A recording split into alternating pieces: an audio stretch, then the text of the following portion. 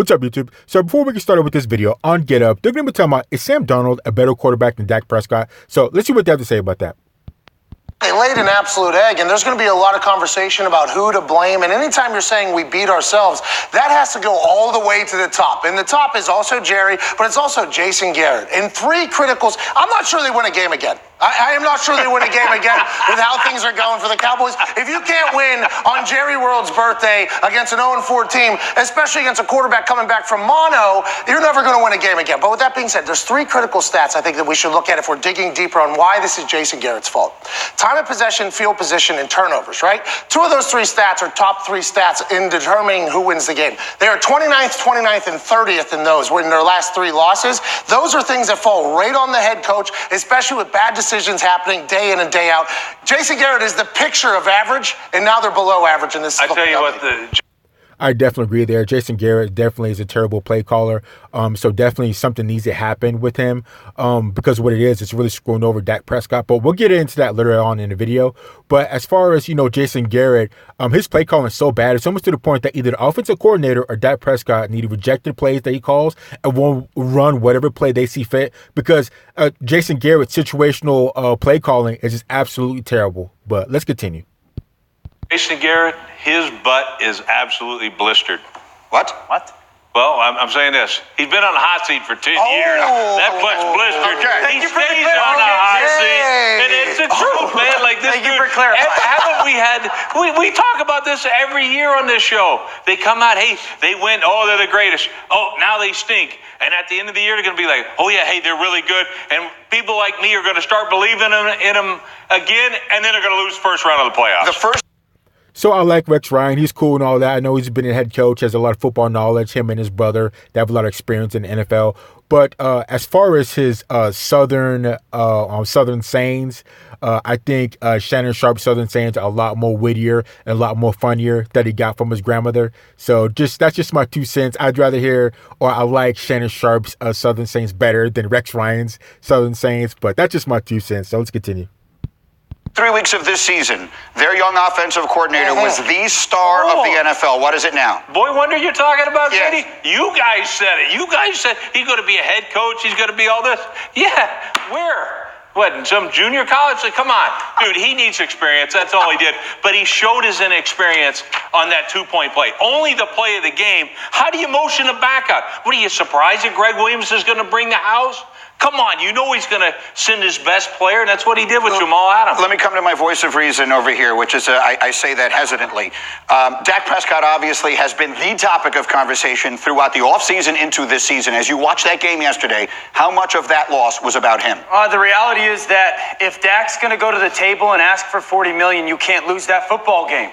You cannot go to an 0-4 football team with a quarterback coming off of mono and lose if you're going to ask for $38 million. Now listen, they missed Amari Cooper and Randall Cobb didn't play. Tyron Smith didn't play. He dealt with some drops. They obviously were a little bit overwhelmed offensive line-wise by this Jets defensive line. But at the end of the day, the conversation is, if we are going to pay you all that money, you figure out a way to beat a winless football team, and he didn't do that. And that's my biggest case with Dak. You can't ask for $40 million and lose that game. So let me... So I completely agree. Dak cannot ask for $40 million and lose to a team that's 0-4 and with the quarterbacks coming off of mono. I mean, that just doesn't make sense. I mean, 0-4 and the quarterback's coming off of mono and you lose and you ask for $40 million. I mean, isn't mono the kissing disease? Or is that herpes? I can't remember. Whatever it is, he had mono, and the Cowboys had no business losing to a team that's 0-4 and a quarterback that's coming off mono. You just can't do it. Now, again, this is where Jason Garrett comes into play and screwing over Dak Prescott because Jason Garrett's garbage play calling, his Pop Warner-esque play calling, is what's screwing over Dak Prescott to get that win. That's what I'm saying. Either offensive coordinator or Dak Prescott's going to have to reject some of the plays that just don't make any type of sense that Jason Garrett sends in and run whatever play they see fit because Jason Garrett is screwing over not only the Dallas Cowboys team, but he's screwing over Dak Prescott from getting his money. Now, again, I'm not absolving Dak Prescott of all responsibility here, but that play calling, which is absolute out of control, and just no matter what, you can't ask for $40 million if you lose to a team that's 0-4. You can't. You can't give Jerry Jones any type of excuse to not be able to pay you money, and he would easily throw in Dak Prescott's face and his agent, look, we just lost to a team that's 0-4, and the quarterback is coming out for mono. Why would I give you $40 million?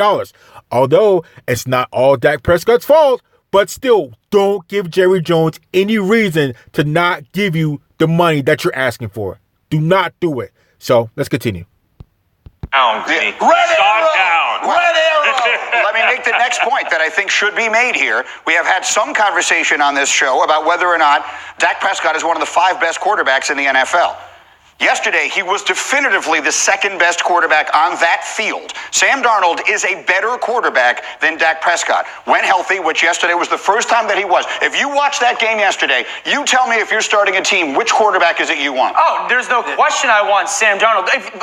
Who had the same amount of talent surrounding him or support system? I'd say pretty similar, right? Who was going against a... Pretty similar. I would say that Sam Darnold would have less talent. Yes, that's what I'm saying. absolutely. Yes. That's what we're Again, saying. Dak was without Easy, Cobb and Dak. Cooper, right? And then who's going against a more talented defense? Sam Darnold. Sam Darnold gave mouth to mouth to the city of New York. No pun intended from the mono. So wait a minute, Sam Darnold wins one game, and all of a sudden now he's the best thing since sliced bread in New York?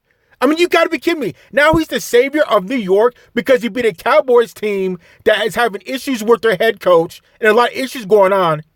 And their team's 0-4, and he wins one game, and all of a sudden now Sam Darnold's better than Dak Prescott? Are you kidding me? Are you kidding me? I swear to God, in NFL these days, you can go from being the lowest of the low, a guy that hasn't been playing, that has mono, to winning one game, and all of a sudden now you're the savior of New York. They can't even give him 2 games. You can't even see if he can get a winning streak. But what wins one game? Now he's the savior of New York? You gotta be kidding me. Let's continue.